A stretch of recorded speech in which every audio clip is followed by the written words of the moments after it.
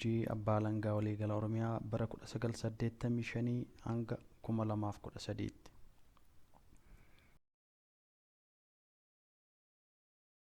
Mana hojii abbaa alangaa Oromiyaa bara mootummaa ce'umsaa 1984 hanga 1987.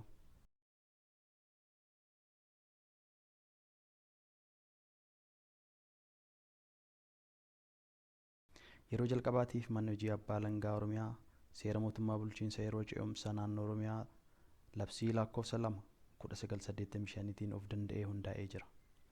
Keewwata 54 jalatti naannootii jalqabee hanga aanaatti hooggansa diriiraa tokkoon akka mana hojii abbaa alangaa jedhamuun hundaa'u tumamee jira.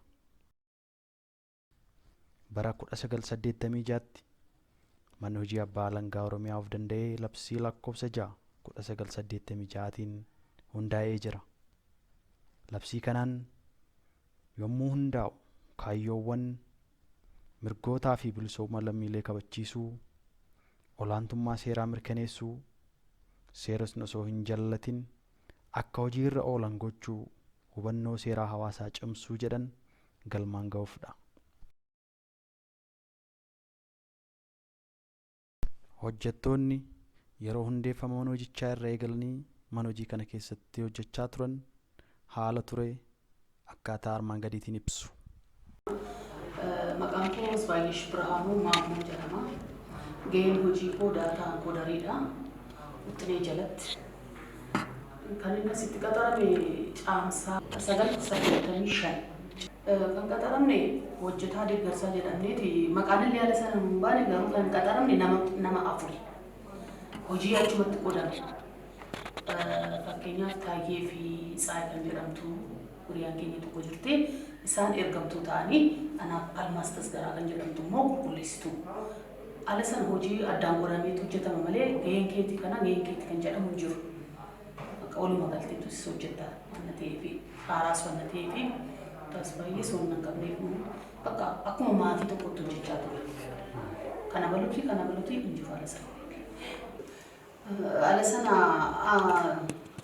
guyyooma hojii mana kana qaxarame haala sana abbaa warraa hojii wal fuune. Gizeedhuma sana mindaa ta'e tokko wajjin nyaanne 100 fi birrii 4 fudhadheen gala. Ani Taayyee Lammaa Gammadaan jedhama. Kanan qaxarame waajjira kanatti bara 1985 caamsaa tokko qabeetanii kanan qaxarame. Yommuu asirratti kanan qaxarame ergamaa irratti kanan qaxarame. 15 yoo baay'ate 15 hin caalleen kan waajjirri sun hundaa'e. Maqaan koo Tsaggaayee Maammoon jedhama. Yeroo ammaa kana sadarkaa abbaa alangaa naannootti Daayirektoreetii mirkaneessaa, galmeessaa fi kennaa hayyamaatti hojjedha. Egaa mana hojii kana keessatti ani kanan qaxarame bara 1985 akka lakkoofsa Itoophiyaatti. Kanan hojii eegalees mana hojii abbaa alangaa sadarkaa aanattidha. Akka sadarkaa biirootti kanan gale immoo bara 1996 akka lakkoofsa Itoophiyaatti. Hoogganaan biiroon keenya obbo Kaffiyaaloo Balaachoo jedhama. Bulchiinsa faayinaansii irratti immoo obbo Birhaanuu Mokonnin Roorroo jedhama. Kanaachi kan hafe nama 3 nama 4 warra ontunaa qabanidha. Warra barumsa qabanii fi warra loo baratanidha. Jara immoo nama 4 ta'anitu jalqabne hojjetaa deeggarsaa keessaa. Amma kan hojiitti jalqabne 6 kiiloo kan jedhu amma Xaqilaa Firdi Beetii kan jedhamu duraan kurraasa saaqamii jedhama. Kan federaalaa nu ittuma galleetti nama 5 saaqamu nama 4 taanee achuma gallee duraan dursitee kutaa tokko obbo Kaffiyaaloo kennine immoo ግማሽ keenya barandaa yoo teenyee hojjechaa turre. Barandaas teenyee hojjenna. Isaaniif kutaa tokko kennanii warra hafaniis kutaa tokko nu kennanii kutaa dhibboo keessa 3 caalu kan qaban. Achuma keessa garuu hojii quubsaa hojjennee galla. Gaafa dhageenyu baajanneen jiru garuu suma jiruutiin hin hojjetamu. Fakkeenyaaf ani indoom kan si dhugu keessa baajata dhabuurraa kan ga'e shurraaba ofirraa baasee mana qulqulleesse. Fedhii waan hin qabuuf jecha mana sana keessatti. Shurraaba ofirraa baasee manatti qulqulleessadha. Xarapheezaas maalis. Kana gochuun boba baay'ee natti tolaadha. Amma waan haalli. Kompiitara tokko iddoo hin jirretti barreessituun kan hoogganansaa iddoo adda addaatti abbootiin alangaas taanaan namoonni intini gizee barreessan jaratti geessanii kadhataniitu qo'i kan hoogganaan ajajetu jira. Ergiin of harkaa fixeetan sii barreessaa jedhanii achi dardaranii kaa'aniitu kan isaan taraa eegsisanii taraa qabsiisaniitu kan isaan barreessan taayippiidhuma sanaan jiru. Gatii kanaatii fi wanti ittiin barreessan hin jiru. Makiinaan ittiin bahanii bituudhaaf waan tokko bittaa geggeessan gatii hin jiru. Namoonni gahaa ta'an, namoonni kana qindeessuu danda'an hin jiranii. Kanaaf bu'aa bayii hedduu akka sadarkaa ammaatiin amma yeroo kana sadarkaa godinaatti dhiibnaan sadarkaa aanaatti baay'inni namaa fi loojistikii biiroon qabu amma gizee walitti fiduun hin danda'amu. Amma yeroo sanatti sadarkaa biirootti jedhamee kan dhaabbatame. Biiroonis almost biiroon yeroo sanatti biiroo torba hin caalledha. Hojjennu waraqata iyyuu baay'ee sin qabu. Ergisaadhaa fudhanna calmanne. Asiis hojjiraate achii fudhanna. Asii hojjiraate asii fudhanna malee baajatas hin qabu haala sana. Kompiitara wanti jedhamu tokko illee hin jiru. Taayippiitu jira. Taayippiitu jira. Taayippiin kan hoogganaa iyyuu kan hoogganaa biiroo hoogganaatiif itti aanaa hoogganaa barreessitoonni yeroo sana turani taayippiidhaan barreessu. Kompiitara jedhee wanti beekamu tokko illee hin jiru. Makiinaa tokko kan hoogganaa kan jedhamtu kan hoogganaa jedhamtee kan beekamtu tokkotu jira. Land Roverii tokkotu jira. Makiinaa lama qofa qaba. Yoommaa abbootiin alangaa eeguma xinnoo ishee abbootiin alangaas daddabalamanii kaanii bu'aa bayii geessu yoommaa barreessanii jedhan abbaan dhimmaa dhufee taraa qabatee ganama dhufee taa'ee eega. Abbaan itti gaafatamaan sun hin jiru taanaan namichi sun waan tokko barreessuurraan kana mallatteessee baasuu hin danda'u. Mana hojii Abbaa Alangaa bara 1988 hanga bara 1993tti. Bu'uura labsii bara 1986tiin manni hojii kophaatti hundeeffamee ture. Bara 1988tti immoo qaamolee raawwachiistuu biroo waliin walitti makamuun biiroo dhimma seeraa jedhamuun hundeeffamee ture. Labsii kanarra Abbaan Alangaa Oromiyaa qajeelchi poolisii fi bulchiinsi manneen adabaa walitti dabalamanii biiroo dhimma seeraa jedhamanii hundaa'anii turan.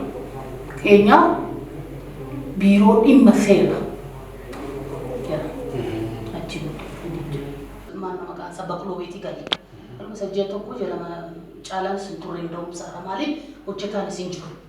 Kanaafuu galee hojii goonu jedhee achi galee achi gaafa gallu namoonni baay'ee jijjiirraadhaan dhufanii jijjiirraadhaan bakka jijjiirraadhaan bakka nama saba keenya ta'e jijjiirraadhaan wal barbaachuu kan namni isin jiru ture bakka jechuun nama baay'ee dhufe biiroonis baay'achaa ture achi keenyuma ta'e inni godhaa keenya biiroo dhimma seeraa innitu maqaa kennine malee biiroo adda tokkoon qabanne iyyuu. Mana hojii Abbaa Alangaa bara 1994 hanga bara 1996tti. Mana hojii Abbaa Alangaa waliigalaa bara 1994 bu'uura labsii qaamolee raawwachiistuu mootummaa naannoo Oromiyaa fooyyessuu fi aangoo fi gahee hojii isaanii irra deebiin gurmeessuun bahe lakkoofsa 50/1994 keewwata 12/12tiin manni hojii Abbaa Alangaa maqaadhuma biiroo dhimma seeraa Oromiyaa jedhuun kan gurmaa'ee fi labsiidhuma kana keewwata 14 xiqqaa 5aatiin immoo waajjira muummichaa dhimma bulchiinsaa fi haqaa jedhamuuf akka itti waamamu tumamee ture.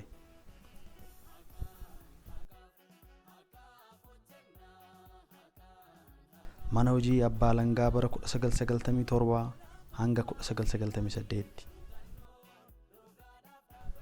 Bara 1997 labsii qaamota raawwachiistuu mootummaa naannoo Oromiyaa irra deebiin hundeessuu fi aangoo fi ga'ee hojii isaanii murteessuuf bahe lakkoofsa 87/1997tiin biiroo haqaa fi nageenyaa jedhamuun irra deebiin gurmaa'ee jira. Akka mana hojii tokkootti walitti makamuun waan gurmaa'eef baajata hojjetaa fi sirna hooggansaa tokkoon gaggeeffamaa ture. Ittaanaa bichaatuun ta'e maal sigaadha sana dameedhaan immoo wanno wajjin walitti makamneen turre milishaa wajjin nageenyaa wajjin amma daggifee bulaan ala sana hoogganaan mana keenyaa ta'u malee isa jala garuu damee afurtu jira. Mana hojii abbaa alangaa bara 1998 hanga bara 2010tti.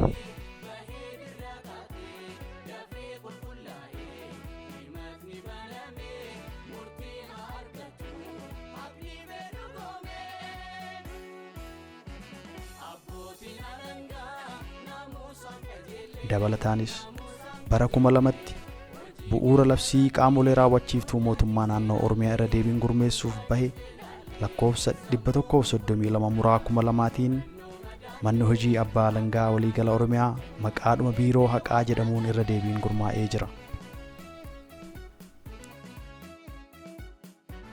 Mana hojii abbaa alangaa waliigala Oromiyaa bara 2011 hanga bitootessa 2013.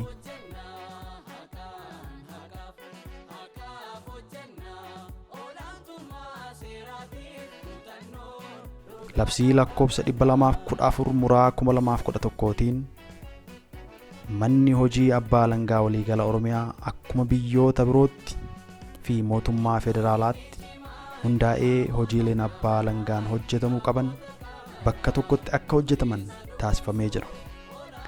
Labsii lakkoofsa 214 muraa 2011 aangoo bal'aa fi ulfaataa ta'een mana hojichaa hangisee jira. Hanqina walirra bu'iinsa aangoo tumaalee labsichaa iftoomina hin qabnee fi rakkoo qindoomina uumuu danda'an sirreessuun barbaachisaa ta'ee waan argameef labsiin 214 muraa 2011 kun labsii lakkoofsa 236 muraa 2013tiin fooyya'ee jira.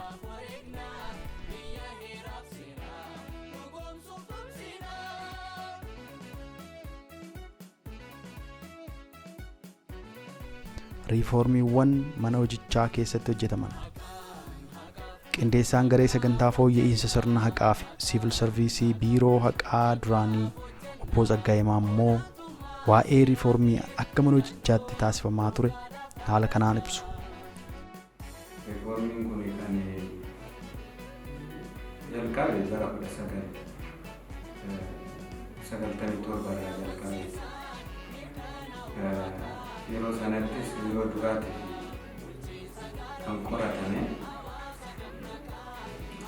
egaa maalirraa ka'ee qoratame yoo jennee ilaalle tokkoffaa rakkooleen yeroo san turan tajaajilli kennamu kan istaandardiin qabu abbaan dhimmaa tokko tajaajilamuu qabu yeroo dhufu sa'aatii sadarkaan qulqullinaa kun kan beekamnee fi hanga yeroo hedduu kan turuu fi deddeebiin illee kan garmalee baay'atuu fi dhamaatii guddaadhaaf kan abbaa dhimmaa saaxilee waan ta'eef. Inni biraa immoo hojimaanni iddoo tokkotti hojjetamuu qaban iddoo adda addaatti bibittinnaanii osoo homaayyuu abbaa dhimmaatiif bu'aa dabaltii tokko otoo hin qabne value added ta'e kan hin qabne ta'e osoo jiru iddoo adda addaatti bibittinnaa'ee kan abbaa dhimmaa deddeebii fi kutaadhaa kutaatti deddeebiidhaaf kan saaxilaa ture ta'uu mallattaa'uu fi haala saniin baay'ee rakkoo kun hundi qoratameet maaliif jaabaanidhaan hin qoratamne kan jedhuudha rakkoowwan kanaadhaa kan adda baanee yeroo san argamanii. Kanarraa ka'uudhaan egaa horiin yeroo adda addaa dhaabbateera.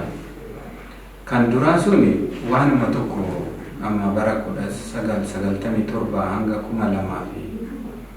2000tti jabaan hojjetamaa ture isa incremental jedhamudha. Jijjiirama bu'uuraa osoo hin taane waanuma tokko daddabaltiitu hojjetame. Egaa muuxannoo jirurraa kan madura dhufe wanni tokko dabalame.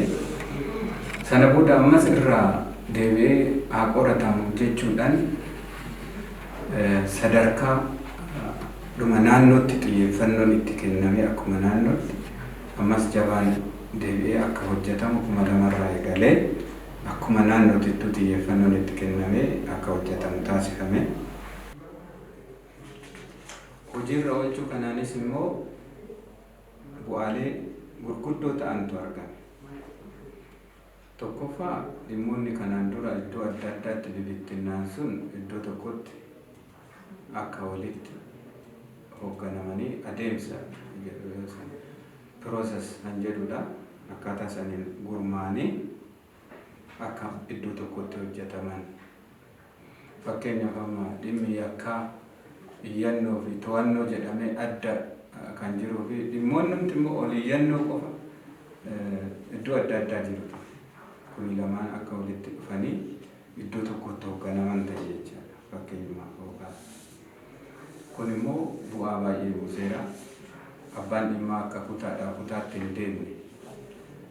Yeroon isaa istaandardiin bahee yeroodhaan akka tajaajila ogeessa tokkoon akka tajaajilamu ogeessa tokko qofa akka argu yoo komiin dhiyaate qofa karaa itti gaafatamaatti akka deemuu fi qofa argee yeroodhaa fi sadarkaa qulqullina isaa eeggateen akka tajaajilamu kan taasisu baasiin illee akka qusatamu kan taasisu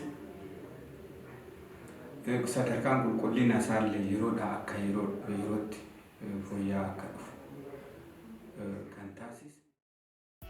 Manni hojii abbaa alangaa waliigala Oromiyaa seenaa isaa keessatti hooggantoota garaagaraan hoogganamaa turuunsaa hubatamee jira.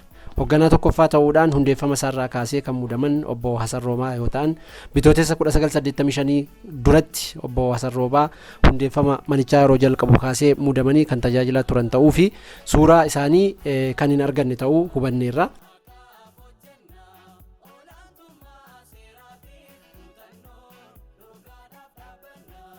Hoogganaa lammaffaan obbo Kaffaaloo Balaachoo yoo ta'an ji'a bitootessaa bara 1985 irraa hanga bara 1993tti mana hojii abbaa alangaa waliigalaa Oromiyaa hoogganaa turuu isaaniif yommuu kana itti aantota ta'anii kan tajaajilan obbo Damoozee Maammeef obbo Girmaa Warquu ta'uun seenaa manichaarraa hubatamee jira. Yeroo kana keessatti qormaanni mana hojii kana mudachaa ture manni hojii abbaa alangaa waliigalaa hundeeffamarra waan tureef abbaa alangaa fi hojjetaa bulchiinsaa gahaan kan hin jirre ta'uuf baajanni gahaan kan hin jirre ta'uu fi keessumaa aanaa tokko keessatti uummatarraa kadhachuudhaan hojiin abbaa alangummaa hojjetamaa kan ture ta'uun seenaa manichaa keessatti ni hubatama. Kanaaf hooggantoonni kun haala mijataa keessa osoo hin ta'in manicha tajaajiluun sadarkaa marra jiruun ga'uu isaaniitiif yeroo hundaa kan yaadatamanidha. Hoogganaa sadaffaan ambaasaadar Disaasaa Dirribsaa yoo ta'an hoogganaa biiroo dhimma seeraa Oromiyaa ta'uun fulbaana 1995 hanga onkoloolessa 1996tti tajaajilaa turanii jiru. Yommuu kana maqaan mana hojichaa biiroo dhimma seeraa Oromiyaa jedhamuun kan beekamudha. Itti aanaa isaanii ta'uun kan tajaajilaa turan ambaasaadar Daawwannoo Kadir ta'uunis hubatameera.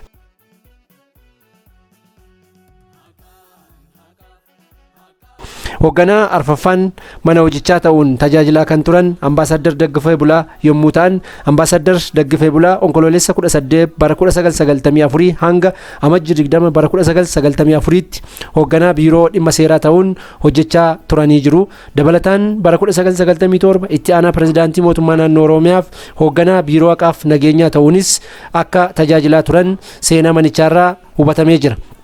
Manni hojii abbaa alangaa waliigala Oromiyaa bara 1997 keessa biiroo dhimma seeraa Oromiyaa irraa gara biiroo haqaaf nageenyaa jedhamee waamamaa turuu isaaniis seenaa manichaarraa kan hubatamedha. Yommuu kana konkolaataa rakkoo loojistikii furuudhaaf konkolaataawwan garaagaraa qaamolee mootummaa amansiisuudhaan mana hojichaaf kan argamsiifan ta'uunis hubatameera. Itti aantota isaanii ta'uun kan hojjechaa turan ambaasaadar Daawwannoo Kadiriif aadde Adaanech Abeebee ta'uunis hubatameera.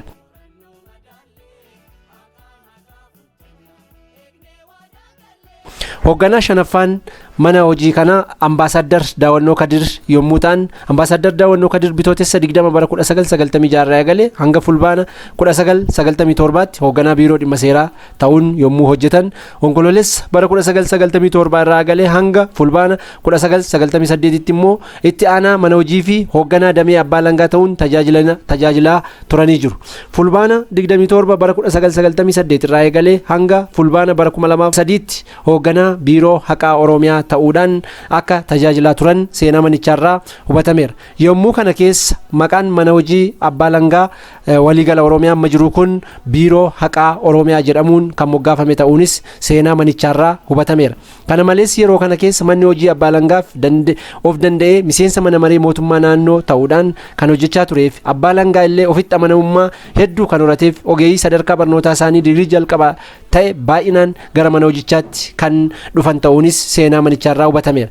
Dabalataan seenaa mana hojii kana keessatti ogummaa abbaa alangummaa akka guddatuuf ofitti amanamummaan abbaa alangaa akka dabaluuf hojii gaariin hojjetamaa kan ture yommuu ta'u yeroo kana keessatti rifoormiiwwan adda addaa kan akka jabaa qoratamee hojiirra kan oole ta'uuf RTD'n muuxannoo biyya Faransaay irraa fudhatamee akka naannoo Oromiyaatti hojiirra oolee jiraachuu fi muuxannoo kanas qindeessuun manneen hojii federaalaaf naannolee biroof akka qoodamaa ture taasifamee jira. Manni hojii abbaa alangaa sadarkaan jiru rifoormiiwwan hojiirra oolchuudhaan kan badhaafamaa turan ta'uunis yommuu kana keessadha. Akkasumas dandeettii raawwachiisummaa abbootii alangaa cimsuuf baajata sagantaa ijaarsa dandeettii Public Service Peace Cap'itti fayyadamuun Yuunivarsiitii Finfinnee waliin ta'uun abbootiin alangaa 189 ta'an dippiloomaarraa gara digirii jalqabaatti barumsa isaanii akka fooyyeffatan ta'uun illee yeroo kana keessa kan hojjetamedha. Yommuu kana itti aantota ta'uun kan tajaajilaa turan Ambaasaddar Biraanuu Tsaggaayee fi obbo Tasfaayee Dhaabaa ta'uun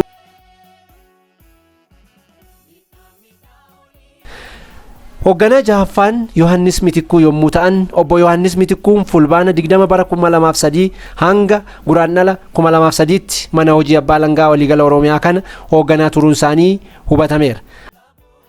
Adde Mahabubaa Adam itti aantuu isaanii ta'uun tajaajilaa turaniiru.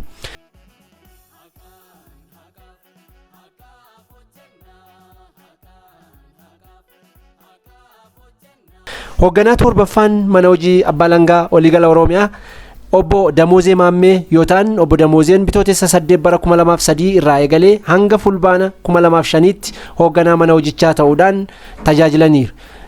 Yeroo kana keessa itti aantuu isaanii ta'uun kan tajaajilan Adde Mahabubaa ta'uunis seenaa manicharraa hubatameera. Obbo Damoozeen hagayya 7 hoogganaa torbaffaa mana hojichaa osoo hin ta'in duras mana hojii kanatti bara 1985 hanga 1992tti itti aanaa abbaa alangaa ta'anii hundeeffama isaarraa kaasee hojjechaa kan turan ta'uu fi obbo Damoozeen dabalataan yeroo jalqabaa manni hojichaa hundeeffamu bakka haalli mijaa'aan hin turretti hoogganuudhaan aarsaa kaffaluun sadarkaa manni hojichaa har'a irra ga'e kanaaf gumaacha olaanaa kan taasisan ta'uun hubatameera.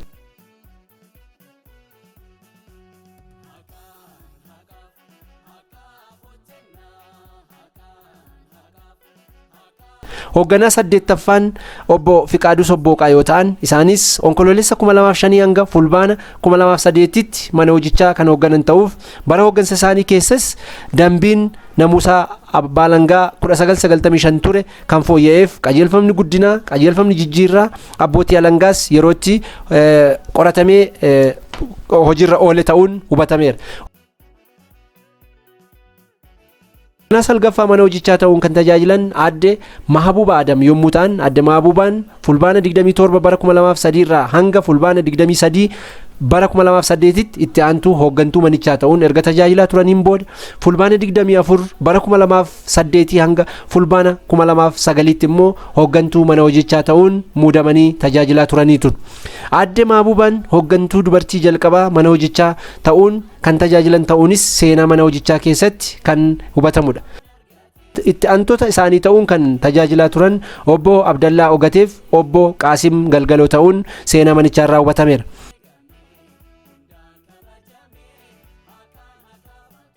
Hoogganaa kurnaffaa ta'uun kan tajaajilan Ambaasaddar Biraanuu Tsaggaayee yoo ta'an onkoloolessa bara 2009 hanga onkoloolessa 2010tti hoogganaa ta'uun tajaajilanii jiru.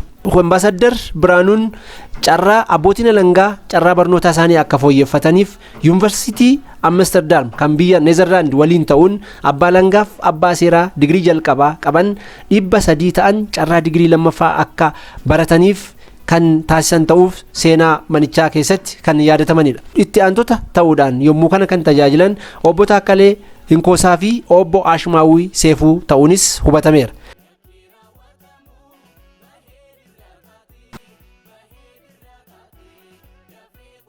Hoogganaa 11ffaan mana hojichaa ta'uun kan tajaajilan obbo Tashoomaa Girmaa yommuu ta'an, obbo Tashoomaan onkoloolessa 14 bara 2010 hanga mudde 2012tti mana hojichaa kan hoogganan ta'uun hubatamee jira. Yeroo kana keessa maqaan mana hojii Abbaa Alangaa Waliigala Oromiyaa gara yeroo jalqabaaf maqaa kana qabatee kan labsii 214 hundeeffame ta'uunis hubatameera. Hoogganaa 12ffaan ta'uun kan tajaajilaa turanii obbo Daani'eel Asaffaa yoo ta'an, amajjii 1 bara 2012 irraa kaasee hanga hagayya 7 bara 2012tti hooggansaan kan tajaajilaa turan ta'uun seenaa manicharraa hubatameera. Manni hojichaas yeroo kana keessa rakkoo loojistikii qabu furuudhaaf tattaaffii taasifameen konkolaataawwan 5 mootummaan akka bituu fi taasifamuunis kan yaadatamanidha. Yeroo kanatti itti aantota ta'uun kan tajaajilan obbo Ashmaawii Seefuuf obbo Nageessoo Oddoo ta'uunis hubatameera.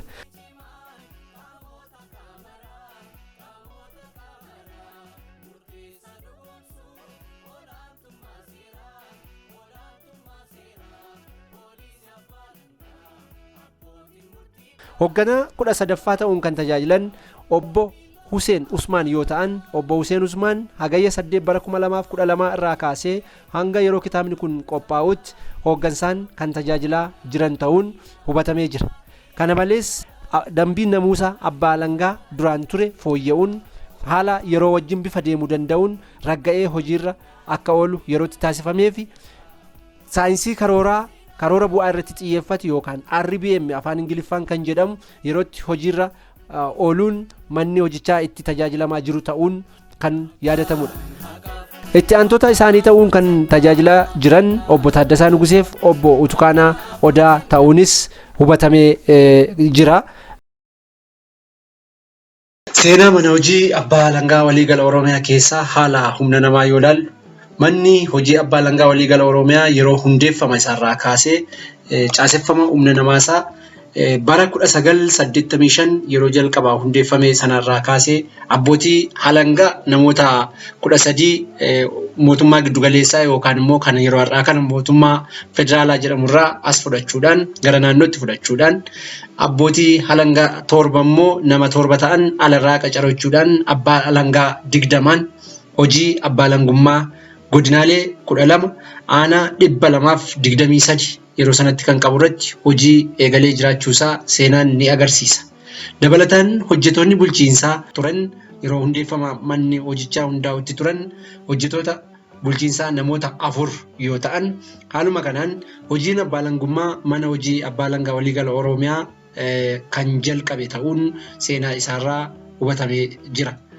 Bara 1994 kaasee haala humna namaaf sadarkaa barnootaa yoo ilaallu, bara 1994 irraa yeroo kaasu abboonni alangaa ta'uudhaan namoonni qacaramanii hojjechaa turan namoota kutaa 7 hanga kutaa 12 sadarkaan barnootaa isaanii kutaa 7 kaasee hanga kutaa 12 akka ta'e seenaa manicharraa hubatamee jira. Kanneen keessaa namoonni sadarkaan barnootaa isaanii kutaa 7 hanga 12 ta'e namoota 41 yoo ta'an, sadarkaa sartifikeettiitti abbootii alangaa 195 gara persentaatti jijjiiru persentaa 59, dippiloomaan persentaa namoota 35 persentaadhaan persentaa 10 ta'uusaa seenaa manicharraa kan hubatame ta'uu hubannee jirra.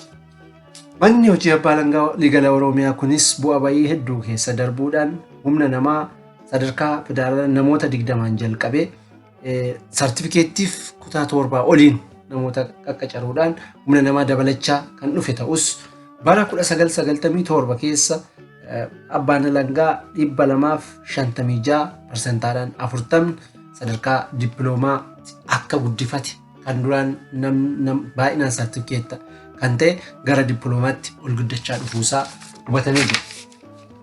Chaartii lammaffaa irraa yoo ilaallu, chaartii lammaffaan kun seenaa humna namaa mana hojichaa bara 1998 kaasee hanga 2002tti jiru kan xiinxalu yoo ta'u, yeroo kana keessa abbaan alangaa kutaa 7 kaasee hanga 12 ture kan duraan nama hedduu ture amma gara nama tokkotti gadi xiqqaachee turuusaa fi kan duraan nama 41 ture yeroo kana keessa nama tokkotti gadi bu'uu abbootiin alangaa kunneen kaan sadarkaa barnoota isaanii fooyyeffatanii ol kan guddifatan sartifikeetaaf dippiloomaatti kan guddifatan ta'uu namoota seenaa manichaa beekan irraa hubatamee jira.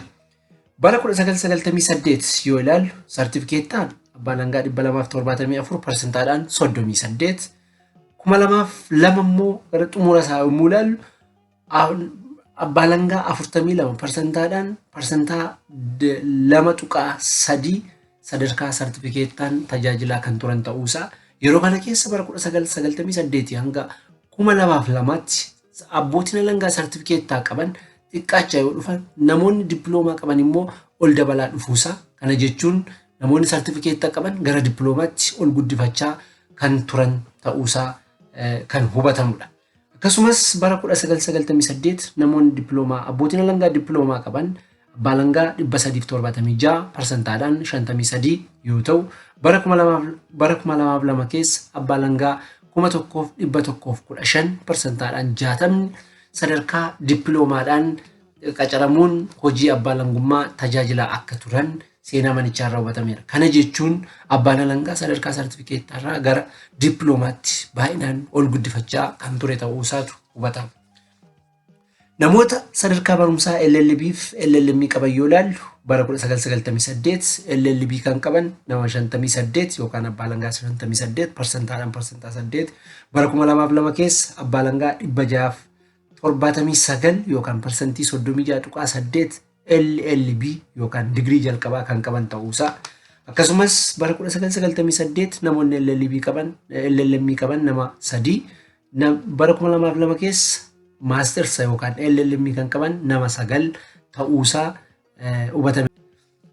Hojjetaa bulchiinsaa xumura bara 2002 keessa yoo ilaallu hojjetaa bulchiinsaa akka sadarkaa mana hojichaatti jiru 2217 ta'uun kan hubatame ta'uusaati.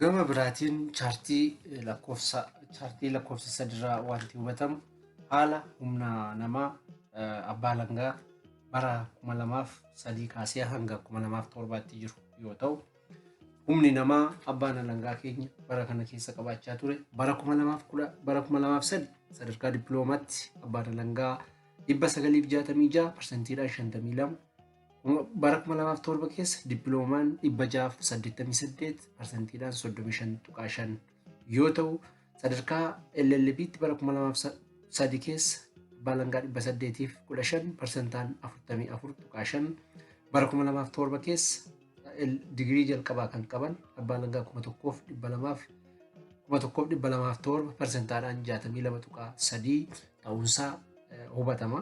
Kana gama biraatiin sadarkaa barumsaa isaanii digirii lammaffaa kan qaban bara 2003 keessa abbaa alangaa 9%dhaan 0.5 bara 2007 keessa immoo abbaa alangaa 33%dhaan 1.7 ta'uun hubatamee jira.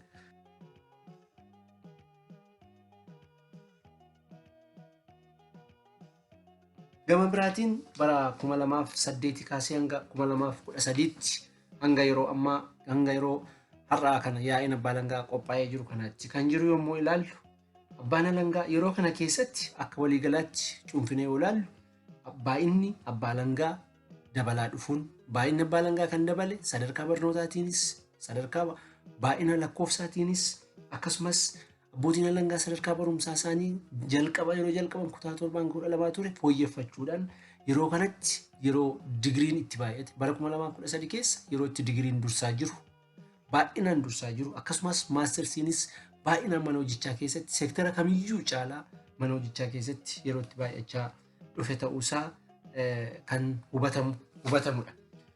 Gama biraatiin yeroo kana bara kana keessa abbootiin alangaa sadarkaa digirii qaban chaartii 4 kanarraa akka hubatamutti abbaan alangaa sadarkaa digirii abbaa alangaa 1766 kan qaban yoo ta'e dippiloomaan 463 kan jiru ta'uusaa namatti agarsiisa. Kun kan agarsiisu jalqaba yeroo manichi hundeeffame abbootii alangaa turaniif har'a yeroo yaa'iin kun gaggeeffamaa ture kanatti keessatti yeroo kitaabni dhimma mana hojii seenaa mana hojii abbaa alangaa kanarratti qophaa'e kan agarsiisutti humni namaa sadarkaa digiriin baay'achaa kan jiru ta'uuf maastersii namoonni qaban abbootii alangaa 153 ta'uun kan hubatame ta'uu isaati. Manni hojichaa yeroodhaa yerootti tattaaffiif carraaqqii guddaa kan taasiseef humna namaa fooyyeffachaa dhufuusaa kan agarsiisudha. Gama biraatiin yeroo kana keessatti abbootiin alangaa baruma 2013 kana wal qabsiifne yoo ilaallu abbootiin alangaa hedduun naannoo 150 ol ta'an sadarkaa barumsaa isaanii yuunivarsiitii Amsterdam, yuunivarsiitii Neezerlaand waliin ta'uun kan barachaa jiran ta'uusaa ni hubatama. Kunis tattaaffii manni hojichaa yeroodhaa yerootti taasisaa jiru kan agarsiisudha.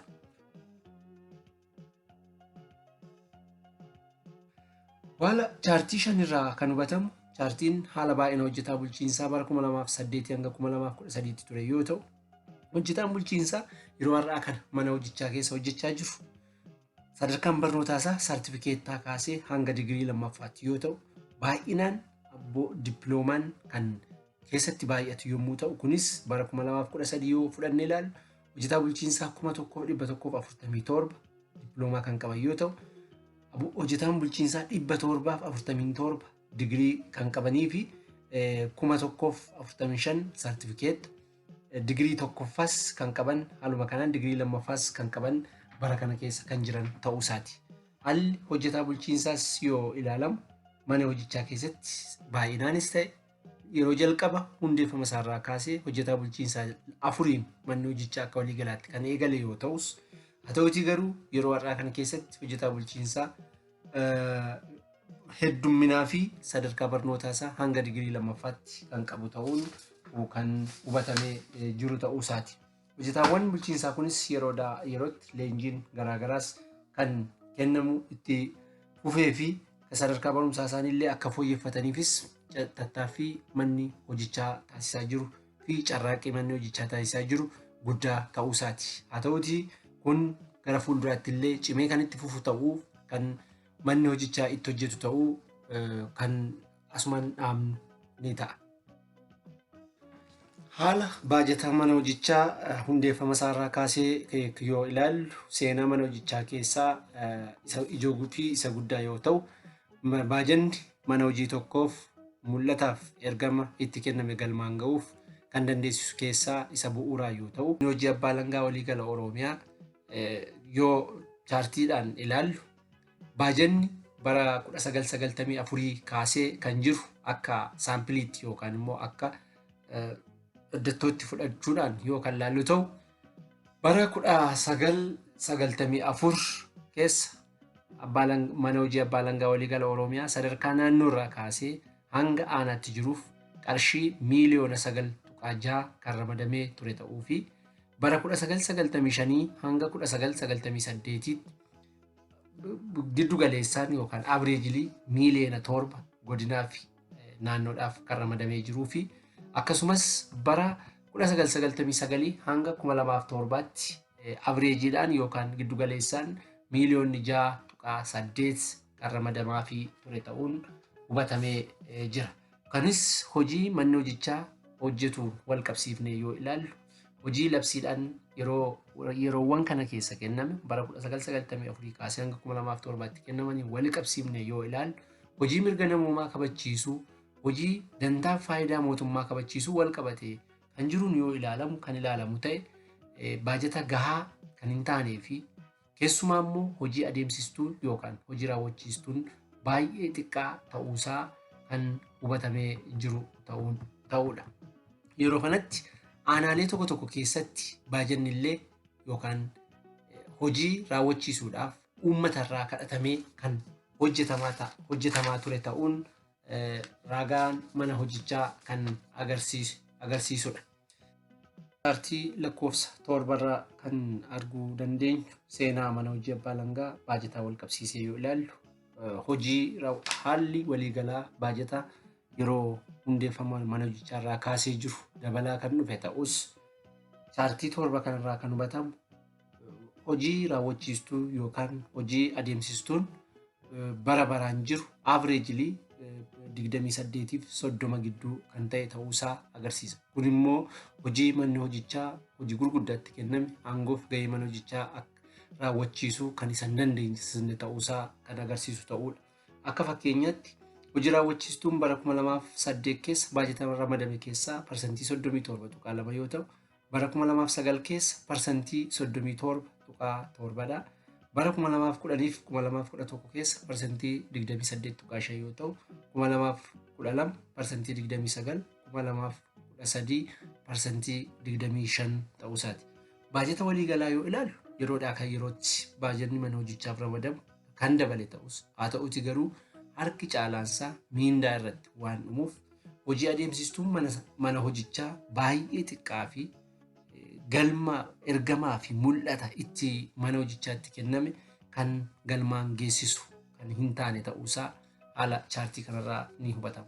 Chaartiin kunis, chaartii lakkoofsi 7 kunis kan baajata godinaalee fi naannoo sadarkaa godinaaf naannootti 2008 kaasee hanga 2013 jiru kan agarsiisudha.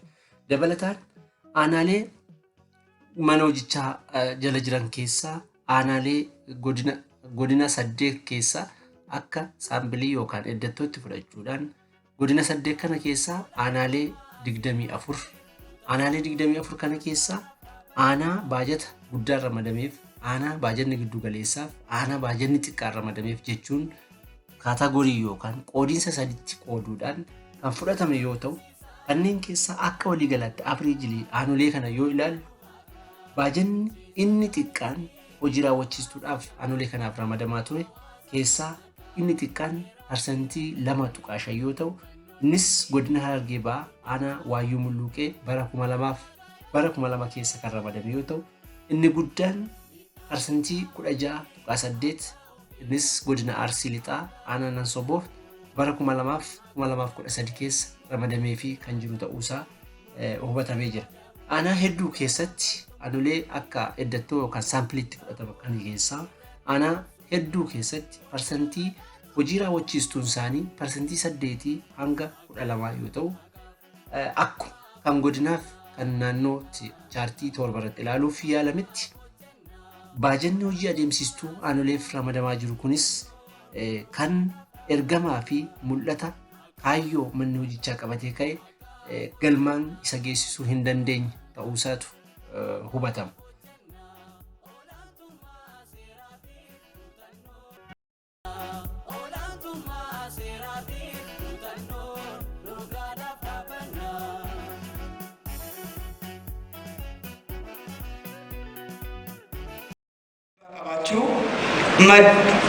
Madaala yookiin baalaansii mirgaaf dirqama akkasumas bilisummaaf itti gaafatamummaa eegamu dhabuudhaan iddoo tokko tokkotti gaaffii mirgaaf haqaa daboon raawwachuuf socho'uun kan jiru ta'uu, daddarba fi daldala seeraan alaa keessumayyuu meeshaalee waraanaa wajjin kan wal qabatu, daldala seeraan alaa fi qaala'insa gabaa uumuuf seeraan ala meeshaalee kuusanii kaa'uun, odeeffannoowwan sobaa miidiyaalee adda addaatiin tamsaasuun hawaasni akka wal shakku taasisuu, hudhaalee gurguddoo gama olaantummaa seeraa kabachiisuu keessatti kan jiran ta'uusaa hubachuun barbaachisaadha. Kana waan ta'eefis akka biyyaattis ta'ee akka naannoo keenyaatti mirgoota lammiilee kabachiisuuf, nageenya amansiisaaf dimokiraasii dhugaa diriirsuuf olaantummaa seeraa mirkaneessuun baay'ee murteessaa ta'a.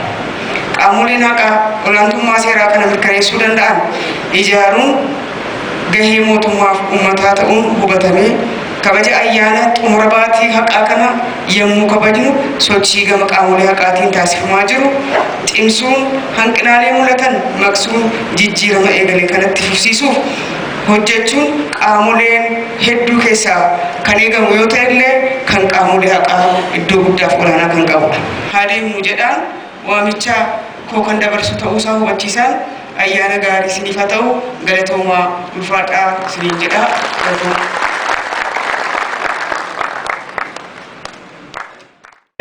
Shanii jechuun dandeenya innis kutaa qorannaa yookiin qorannaa yaalaa examination room jechuu dandeenya. Kutaa turtii waiting roomii daa'imman iddootti taphatan iddoo tiraappii intinite jechuu dandeenya. Kutaa tiraappii fi kutaa ogeessa xiinsammuu bakka tajaajila ogeessa xiinsammuu argatan kan haala mijeeffame ta'uu isaatidha. Egaa dhiphinni kutaa hin jira booddee kaasaa kutaaleen kuni akkuma asirratti argitan kutaan balballi ishii mul'atu kuni kutaa takka kan kutaa qorannoo kana. Kutaaleen hafan kutaa qorannoo kan yaalaa jechaadha. Kan karaa isaan argamu ittaanee kutaa tiraappii yookaan daa'imman iddoo itti tajaajilamanii fi iddoon turtii isaanis wal bira jira. Balballi isaa warri kanaan dura deemanii ilaalan ni beeku.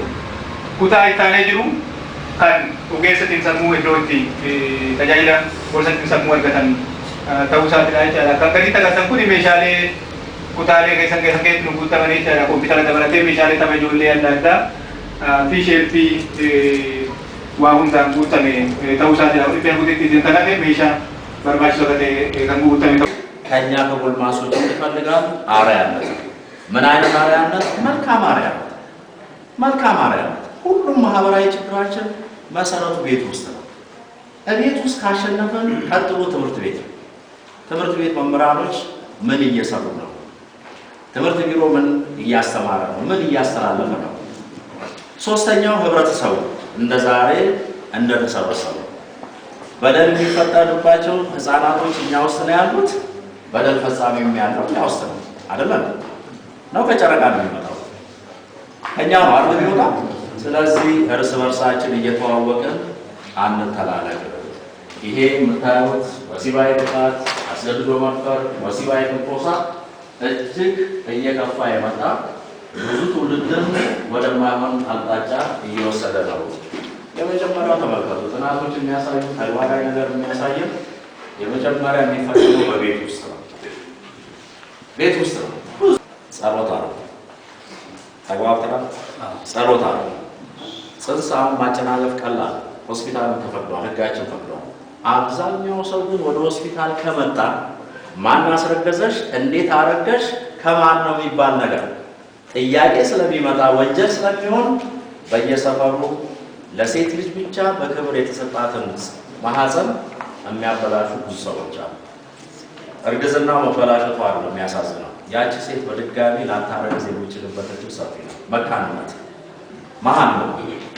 የወንዱ ብቻ ወንዱም ላይ ያለ መካንነት ሴትም ላይ ያለ። የሴቶች ግን አብዛኛው ይሄ በማያውቁ ሰዎች የሚደረግ ጽንስ ማጨናገፍ ነው። ከፍላጎት ውጭ የሆነ የድንግልና ምርመራ እኛ ጋር ያካትታል። ብይ ወልቤክ ነማጋዴ ወጀቱስ ነማጋሪ ወጀቱስ ብዮ ፊምቤክ ኤጋ ብያ ሲሞ ብያ ብቻ ተወንተይኒ ኬሳ ዋጅራ ፖሊሲ ሰባላንጋስ ኮሚ ቀባል innis maalinni biyyi ilmi kun baalageedha kashalabbeedha jedheeti fide. Innaa fidu ragaa akkanaatti qopheessii qabatamaa kun amma qophaa koo nagala jedhee of fige ragaa fudhadheen deema. Ragaa fidadhu ragaatti qulqulleessi jedha. Amma sitti waa si dhangalii jedha. Eessa baakeetii boru suman ajjeesa yoo araaramuu didde jedhaan. Sodaadhu maraaramas namnis.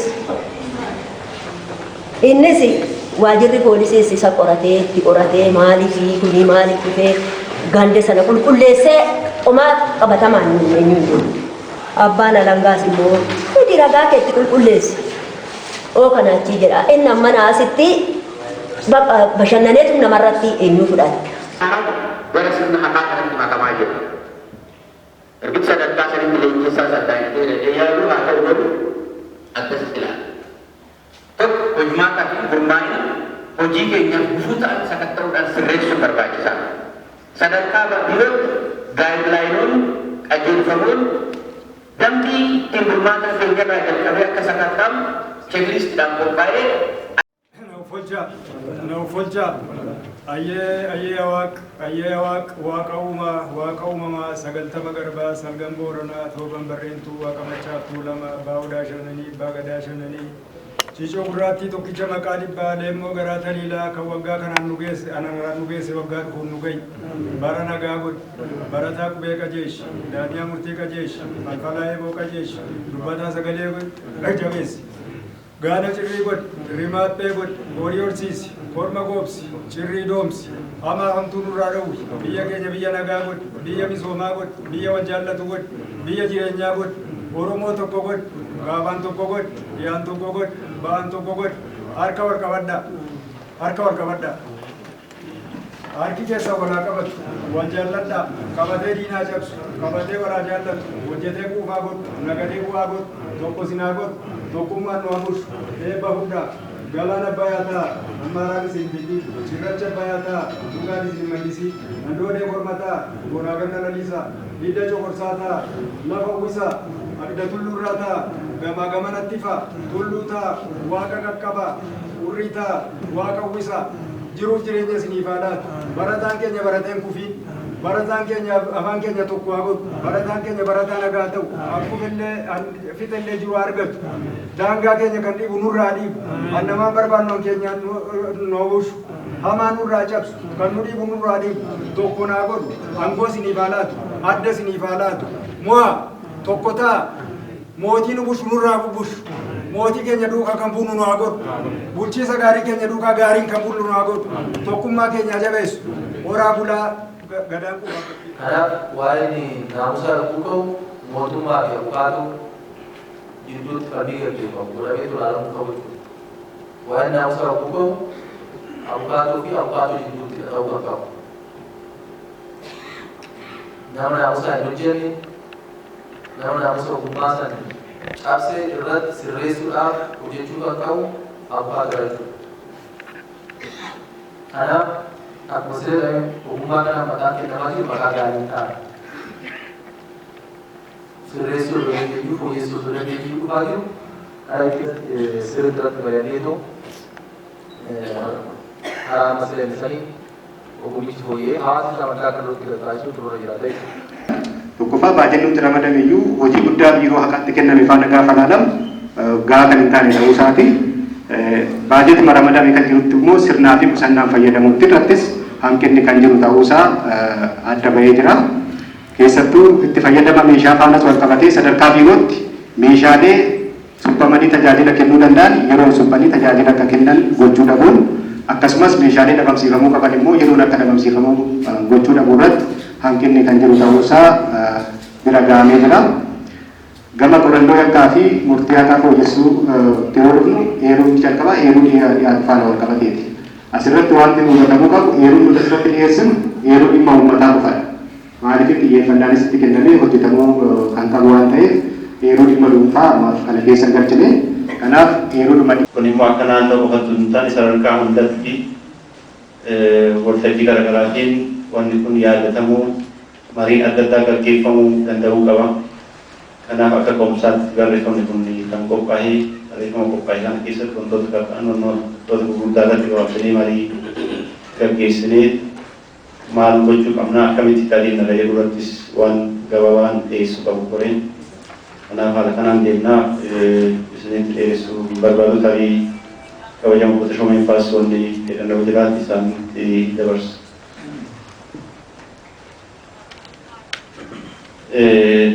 Egaa booduma waa jenna jedhu kanaaf waltajjichi garuma manaatitti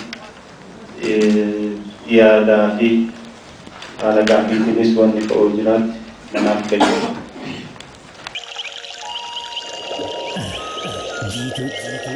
Jiituu Oromiyaa jiituu daraare biyya koo baguma koo taate bakka dhaloota koo ammallee jiidhe jiituu yaa Oromiyaa.